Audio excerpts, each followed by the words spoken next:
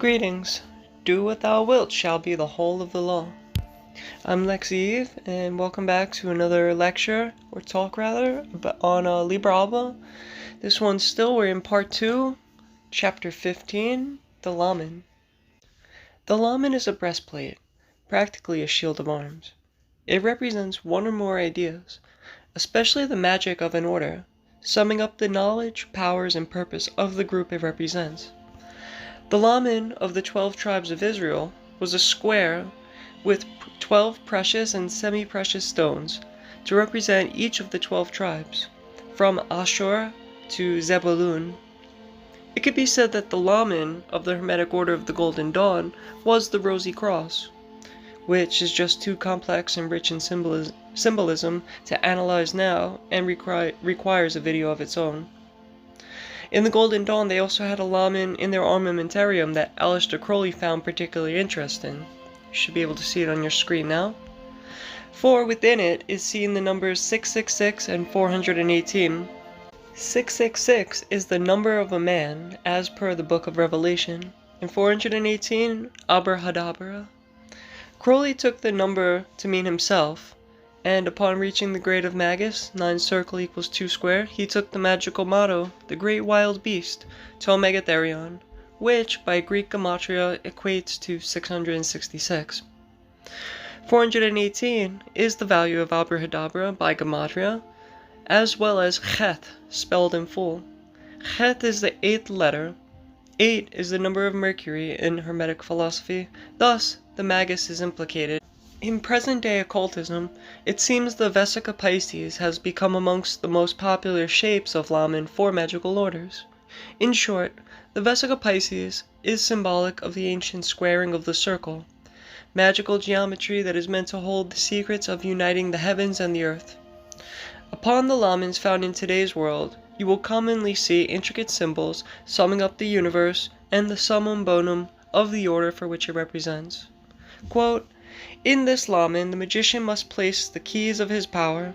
The modern Lamen is a simple plate which, being worn over the heart, symbolizes Tifereth, and it should therefore be a harmony of all the other symbols in one." End quote. Tifereth is the very center of the tree, and all symbolism of the highest and lowest come together in this sphere, as it connects all parts of the tree together. If we back up, right, in the beginning of that quote, Crowley wrote that in the Lamen, the magician must place the secret keys of his power. So for an example of this, in the breastplate of the 12 tribes of Israel, it was said to contain 2 things within it. The Orim, which is lights, and Thummim, perfections. And it was never quite known what was understood by that by scholars who have done research. But they came to the conclusion, and later on in this chapter, I'm not really going to touch too much on it, but just to mention, Crowley confirms that within the breastplate of the 12 tribes of Israel, there must have been some type of means of divination or ability to communicate with the divine, with God, found in the breastplate. And it was unknown whether this was a particular physical object that would act as a conduit, or what it was. But they were called the Orim and Thummim that were found in the breastplate. Just for my 2 cents on the matter, I would assume that it's 1, faith, and 2, some type of light that was bestowed via consecration that you would find in the breastplate of the 12 tribes. And that's something that should be found in anybody's Lamen who wears one. There should be some type of power for faith and divination, some ability to communicate with the highest, as well as some type of divine light, so that it's not just a dead metal. It becomes a much more vibrant and living thing when it's been consecrated, and the light of the divine, or the light of the highest, has been brought down and placed into this. It then becomes a sort of talisman for that purpose of communication, or if you had put a specific intention otherwise. Now, alternatively, Lamens may also be used to evoke spirits, such as you would find in the Lesser Key of Solomon, the Goetia. These are both worn on the breast of the magician and placed in the triangle of art. Crowley writes about an interesting theoretical paradox concerning the Lamen. Quote, St. Paul expresses the same thing when he says that the breastplate is faith and can withstand the fiery darts of the wicked. This faith is not blind self-confidence and credulity. It is that self-confidence which only comes when self is forgotten." End quote. Faith is a very valuable tool of the magician. Too many times I have seen occultists claiming that they only value facts or science, whilst denouncing faith as the mere idiocy of Christians. I take it that they haven't read Crowley's translation of Levi's The Key of the Mysteries, which is a supplement from the Equinox Volume 1.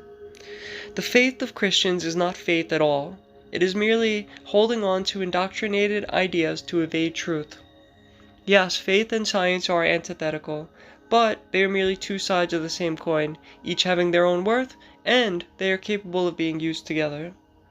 I'm not about to regurgitate the entire argument from The Key of the Mysteries, but if you're unfamiliar, you should check that out. It's in French by Eliphas Levi, so you might want to read the translation by Aleister Crowley. I believe there's another translation that I've seen in hardcover that's out of print, but you could find copies floating around if you search.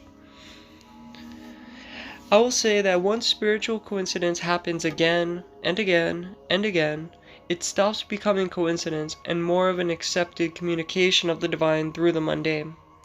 Thus, you can actually learn to read such signs as the hand of the HGA in your life. Crowley even writes, quote, "It is the knowledge and conversation of the Holy Guardian Angel which confers this faith," end quote. The Lamen, which symbolizes Tefereth and fate, end quote, is worn over the breast, end quote, approximately where a Tefereth is on the body, has symbolism of which the magician should become truly cognizant if they have attained unto the rank of adept.